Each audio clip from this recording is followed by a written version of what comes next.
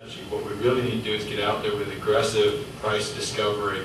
You know, what volume will we sell a lot more product? Because one of the big, you know, I guess dirty secrets of publishing is way more books are sold than are read. You know, I mean, I have probably 7,000 books in my house, and I probably only read 3,000 of them, you know, because I meant to read the others, you know. I know there are people like my father-in-law used to buy one book and read it and then put it on the shelf, and then he'd buy another book and read it and put it on the shelf. You know, I'll go out there and I'll buy 10 books and I'll read one of them because I get, you know. And, you know, those readers like me are a big part of the, you know, publishing industry. You know, you have stacks and stacks of books that you never got to. And boy, that behavior is really incentivized by, you know, low-priced, easily available ebooks. We have people who are, you know, and certainly in our direct sales, we're seeing that. You know, we have people who are buying, you know, literally dozens. You know, every time we offer at a certain price, they'll buy. And so anyway, that's one thing I would say. If we get the pricing right, I think ebooks are really going to take over. And again, there is that.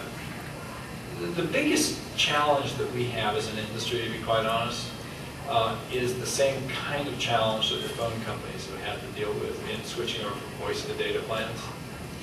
And that is the economics of print change as ebooks become more prevalent. You know, the volumes go down, the costs go up. You know, and of course, everybody on the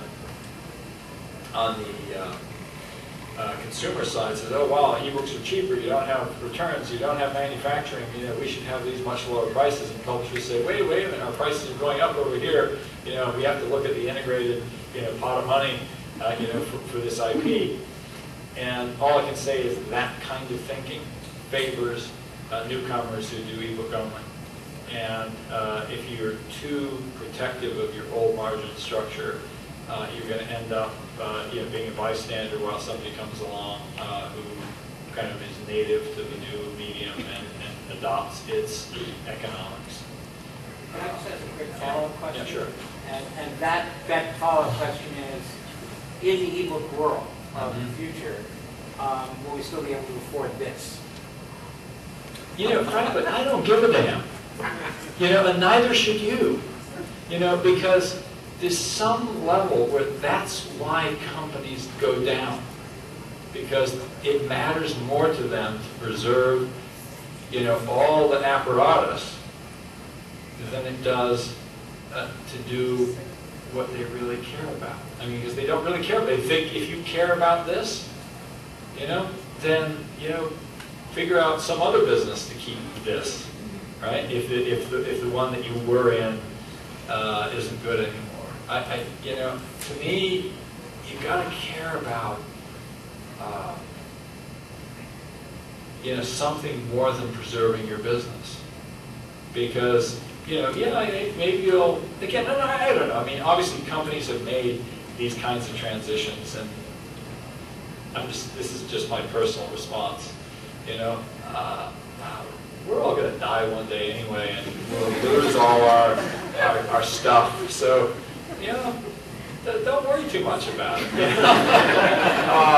You know, just do something that lights you up, and that lights up your customers, and lights up the world, and scale to that. And you know, so because what's going to happen is that the people who are lit up by the future are going to be pursuing that future, and the people who are trying to hold on to the past are going to hold on too long. Is Martha Healy in the audience? Here. Go ahead, Martha. What's your question? Wait for the microphone, please. The price is right. I'm Martha Mahalik. I'm a children's book editor at Green Willow Books, which is part of HarperCollins. My question is to do with, I feel like the marketing and distribution innovations get a lot of play as far as digital goes. But as an editor, I'm more interested in what book is going to come to me. Do you have your eye on any people on the creative side that we should all be paying attention to?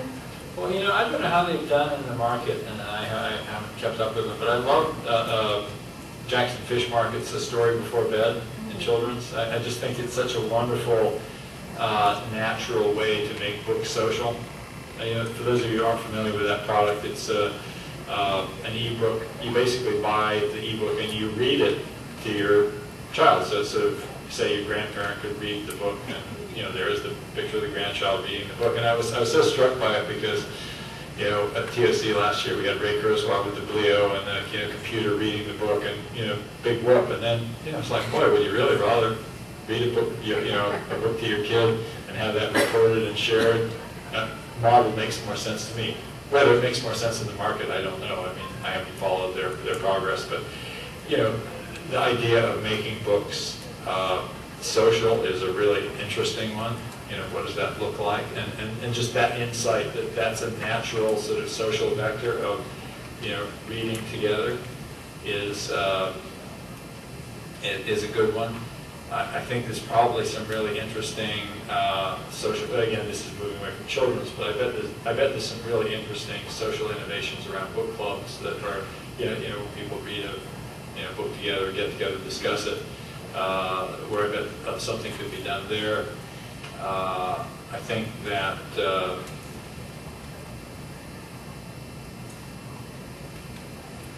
yeah. I don't have lots and lots of thoughts on the subject of children's.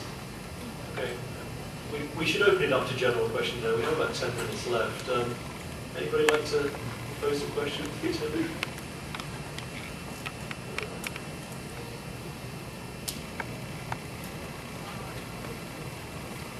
Hi, my name's Emily and I work at Sterling Publishing. I'm the social media marketing coordinator.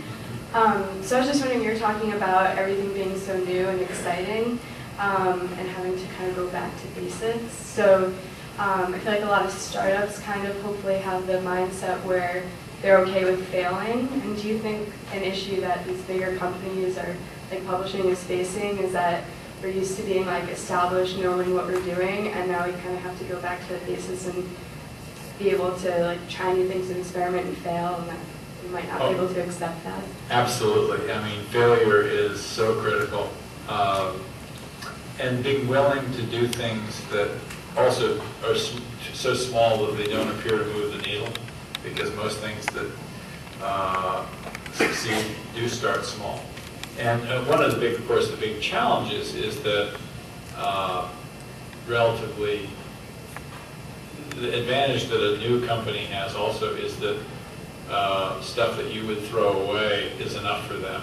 I still remember, and I know how hard it is to do this because I find it hard even now at O'Reilly. When we started as a publisher, we kind of came up under the radar of all the existing computer book publishers because we were publishing on topics that they just would have thrown away. It was sort of like our best seller for our first 4 or 5 years sold 8,000 copies a year. We had a lot of books that were selling 3,000 copies a year, and we were small enough that we thought, hey, this is great. And it's funny, some of those went on to sell hundreds of thousands of copies over their lifetime because we kept selling them. Whereas the normal model of publishing was, wow, it only sold 2,000 copies, that was a dud, throw it away. And, but now it's sort of, I see us and we go, oh yeah, boy, that's not doing very well, and all those problems, but the little guy can live on the stuff that you would throw away. And so it is a hard problem, but you have to be willing to do things that are small, and you have to be willing to do things that will fail. And you have to learn how not to spend a lot of money failing.